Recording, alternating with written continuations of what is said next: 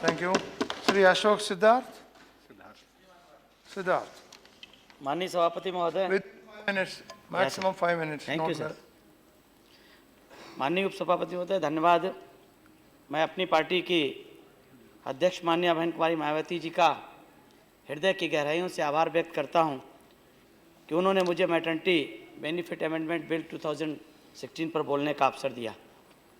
मान्यवर, ये बिल हमारी उन कामकाजी माँ बहनों और बेटियों के लिए लाया जा रहा है जो सरकारी, गैर सरकारी, प्राइवेट सेक्टर में, कारखानों में, सर्कस उद्योग में, तमाम इस तरह के जहाँ पर 10 या 10 से अधिक कर्मचारी कार्यरत हैं।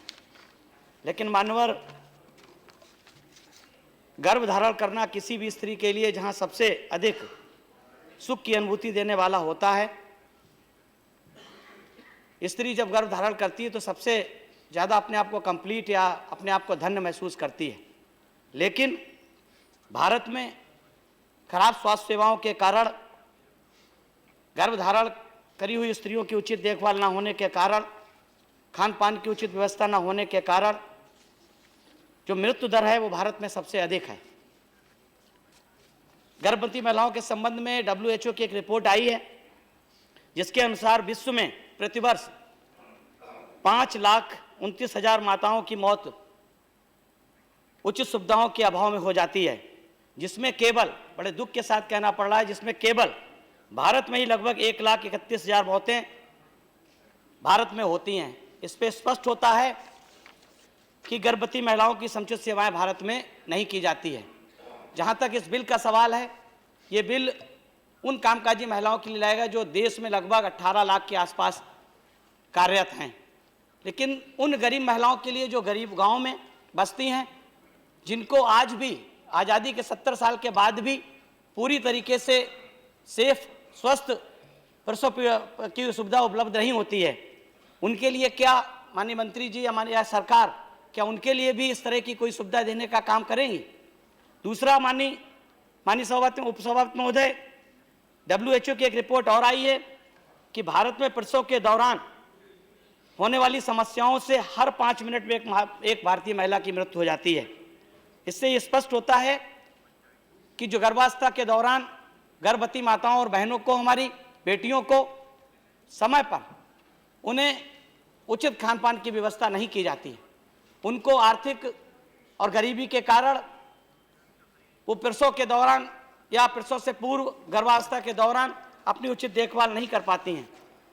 मान्यवर, काफ़ी लंबे अरसे से हमारे देश के तमाम श्रमिक संगठनों के द्वारा, तमाम सोशल ऑर्गेनाइजेशनों के द्वारा मैटरनिटी लीव को बढ़ाए जाने की मांग की जा रही थी।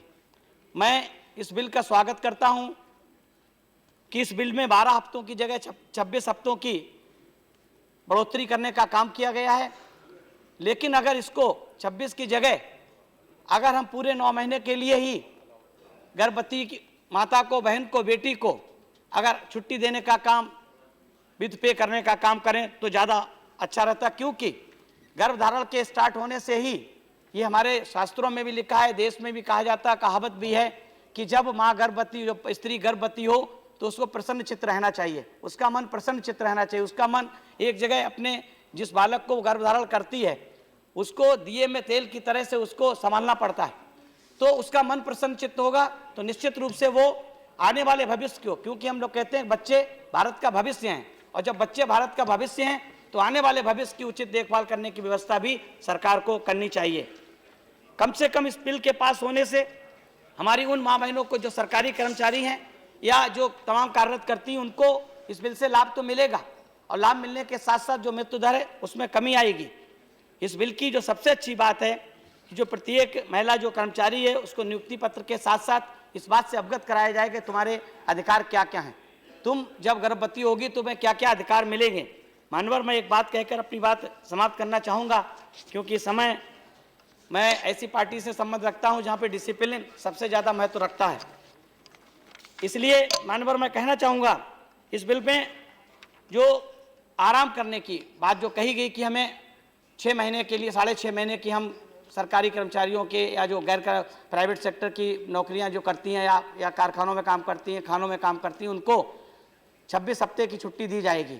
मैं माननीय मंत्री जी से आपके माध्यम से निवेदन करना चाहूँगा कि जो गांव में गरीब महिलाएं हैं उनके भोजन के लिए, आर्थिक व्यवस्था के लिए कुछ ऐसी व्यवस्था की जाए। जो गर्भवती माताएं बहनें हैं उनको भी अगर हम सरकारी कर्मचारी को, इस तरह के कर्मचारी जो कार्यरत महिलाएं या कामकाजी महिलाओं को व्यवस्था लाभ दे सकते हैं तो हमें उन्हें भी लाभ देना चाहिए।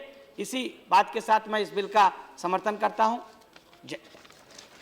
Thank you, especially for the discipline of adhering to the Thank time. you, sir.